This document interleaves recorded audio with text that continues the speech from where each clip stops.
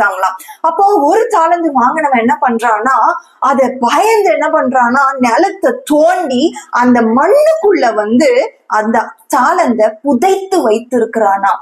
நீங்க ஒண்ணு யோசிக்கணும், ஒண்ணு கவனமாக தெரிந்துக்கணும். யாரு ஒருத்தர் மண்ணை நம்பி இது என்ன காப்பாத்தும்னு உலகத்தை தேடி போகிறார்களோ அவர்களை தேவன் வெறுத்து விடுவார். அவர்களை தேவன் எரிகிற அக்கினிக்குள்ளாக போட்டு விட்டுருவாரு.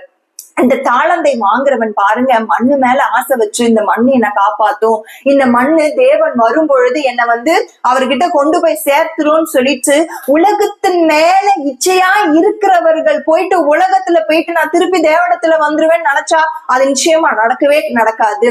தேவனிடத்துல பிரியமா இருக்கிறவர்கள் உலகத்தை வெறுக்க வேண்டும். உலகத்தை வெறுக்காவிட்டால் தேவனிடத்துல என்னால பிரியமா இருக்கவே முடியாது.